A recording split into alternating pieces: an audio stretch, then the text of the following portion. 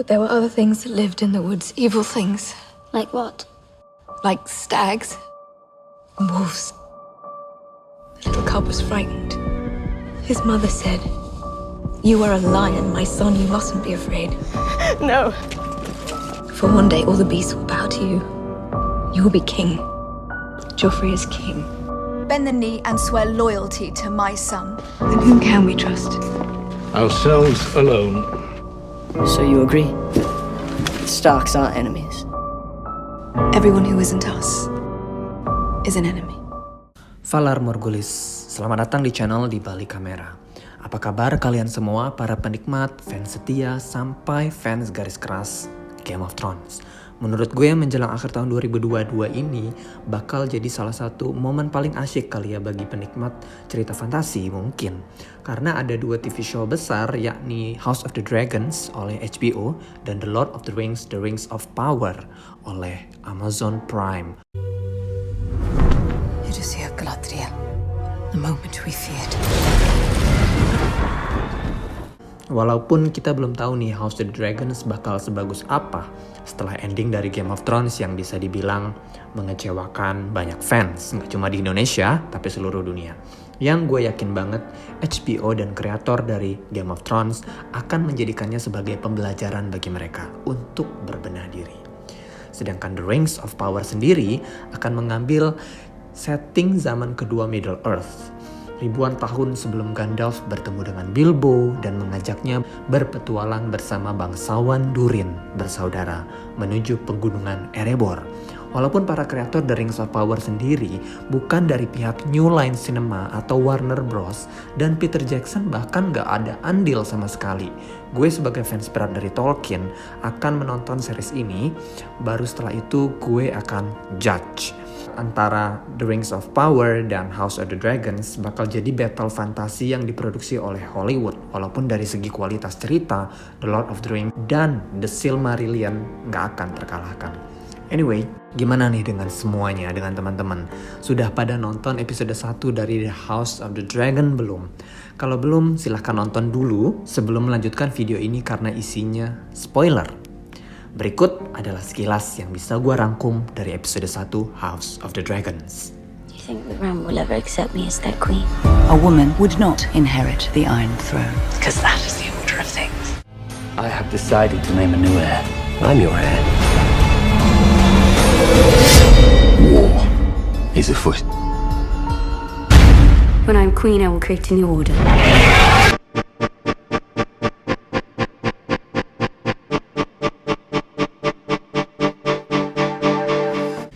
Cerita ini berlatar waktu sekitar 200 tahun sebelum Daenerys Targaryen lahir, atau kira-kira cicit alias generasi ketiga setelah Aegon I, Visenya, dan Rhaenys Targaryen. Jadi House of the Dragons kurang lebih menceritakan dinasti Targaryen ketika sedang berada di puncak kekuasaan di Westeros yang sudah terbangun. Nah, menjelang akhir abad pertama pemerintahan Targaryen, kerajaan itu berada di puncak kekuasaannya di bawah Raja Jaehaerys pertama, Jaehaerys I. Perdamaian dan kemakmuran telah bertahan selama beberapa dekade. Targaryen saat itu juga mengendalikan 10 naga dewasa siap tempur, memberi mereka keunggulan atas pasukan manapun di Westeros.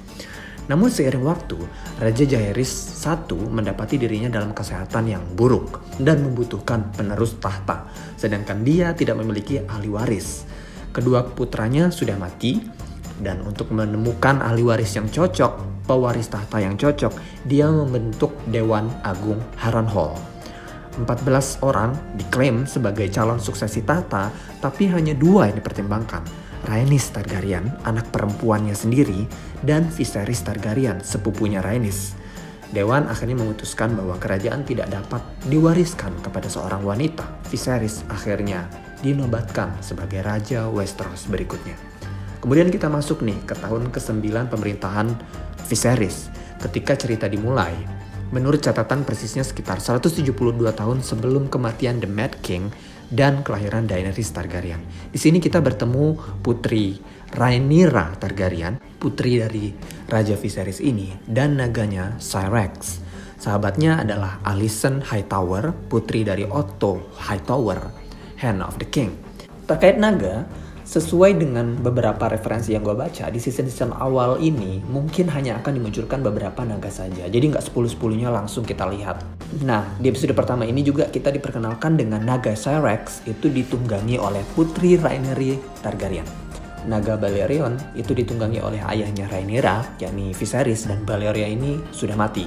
Kemudian ada Caraxes yang ditunggangi oleh pamannya Rhaenyra, yakni Daemon, yang di episode pertama ini akan menjadi antagonis yang mengarahkan mungkin menjadi perang saudara mungkin di masa yang akan datang, mungkin atau oposisi. Kemudian ada juga yang namanya Vhagar yang ditunggangi oleh Aemon Targaryen. Vhagar ini adalah naga lama sebenarnya yang masih hidup, yang diturunkan dari anak ke cucunya dan seterusnya, yang juga menjadi saksi hidup ketika Aegon, Visenya, dan Rhaenys menaklukkan Westeros. Nah, ada beberapa karakter lain di sini. Ibunya Rhaenyra, istri dari Raja Viserys, Aemma, sedang hamil. Ini sebenarnya kabar baik sebenarnya buat Viserys yang memang membutuhkan pewaris laki-lakinya sendiri. Dia yakin bayinya laki-laki dan dia kayak semacam dapat mimpi kali ya, atau wejangan kalau misalnya anaknya bakal laki-laki. Tapi Aemma khawatir karena selama 10 tahun terakhir dia sudah kehilangan 5 bayi. 2 karena keguguran, 2 karena lahir mati, dan 1 karena kematian dini.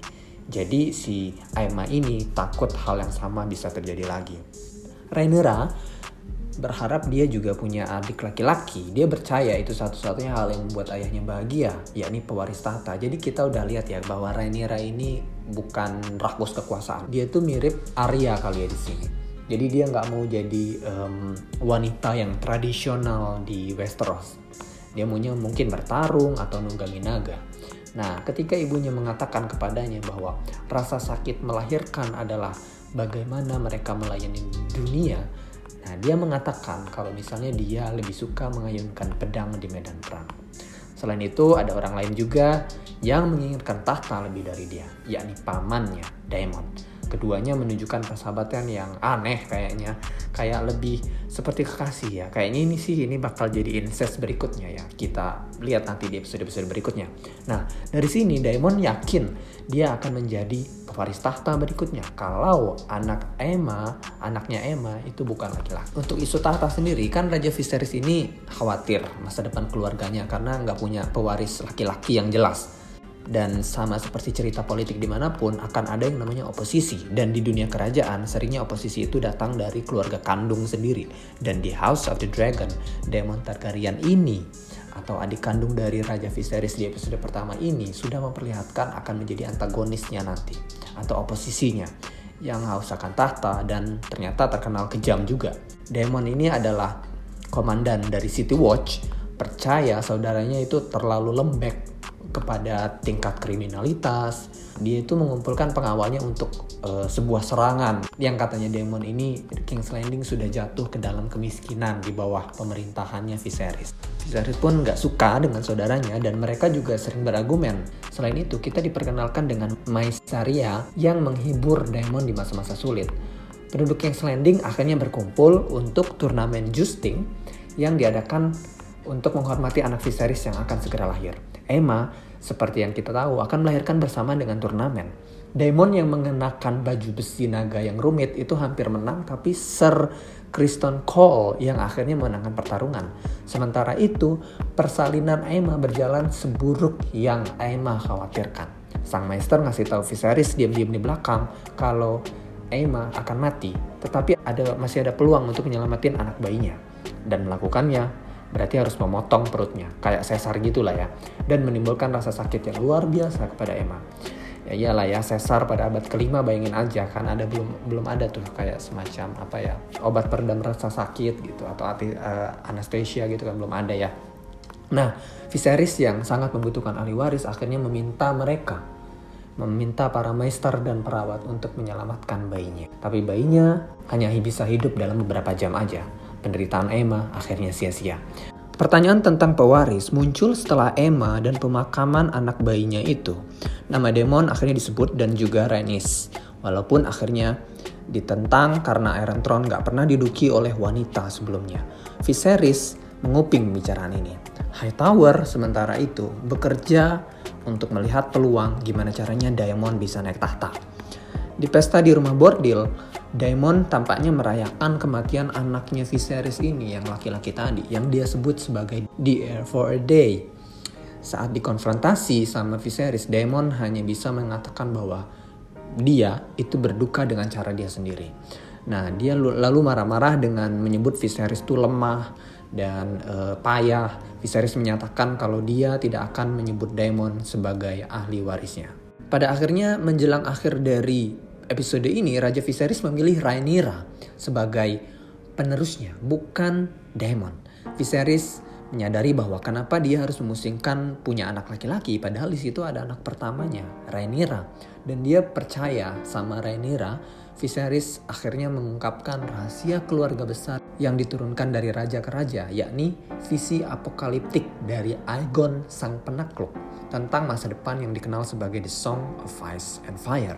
Kita kan sebenarnya udah tahu nih ya cerita tentang Aegon the Conqueror, penguasa Targaryen pertama di Westeros, tapi kita nggak pernah benar-benar dijelasin kalau misalnya dia tuh berangkat hanya untuk menaklukkan 7 kerajaan Westeros aja, atau alasan sebenarnya itu apa, atau murni pelebaran kekuasaan aja, atau apa gitu.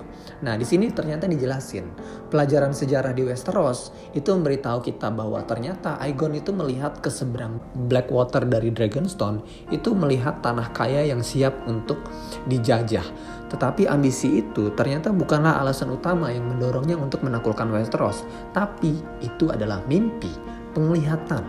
Sama seperti Daenerys Targaryen yang meramalkan akhir dari Valyria, yang mengacu pada leluhur Targaryen yang melihat kehancuran Valyria dan mengilhami para Targaryens untuk pindah ke Dragonstone. Aegon juga meramalkan akhir dunia. Ini akan dimulai dengan musim dingin yang mengerikan dan panjang yang berasal dari utara. Nah, Viserys ini bilang kalau misalnya semua Westeros harus bersatu melawannya ketika saat itu tiba. Dan jika dunia manusia ingin bertahan dan selamat, seorang Targaryen harus duduk di Iron Throne. Aegon menyebut mimpinya The Song of Ice and Fire. Nah, rahasia ini telah diturunkan dari raja ke raja dan terus ke pewaris berikutnya sejak zaman Aegon I. Nah, ternyata Aegon ini memiliki visi tadi mengenai White Walkers yang datang untuk mengakhiri umat manusia, dan tahu bahwa hanya dengan Targaryen yang menunggangi naga yang bisa menyelamatkan umat manusia dari itu. Targaryen ini adalah Daenerys Targaryen dan Jon Snow. Sekarang kita tahu kalau Aegon sang penakluk meramalkan kebangkitan White Walkers dan ancaman yang mereka berikan kepada dunia 300 tahun sebelum peristiwa Game of Thrones. Nah, menurut teman-teman kayak mana? Silakan komentar di kolom komentar. Suka atau tidak dengan episode pertama, atau mungkin kalian punya pemikiran masing-masing.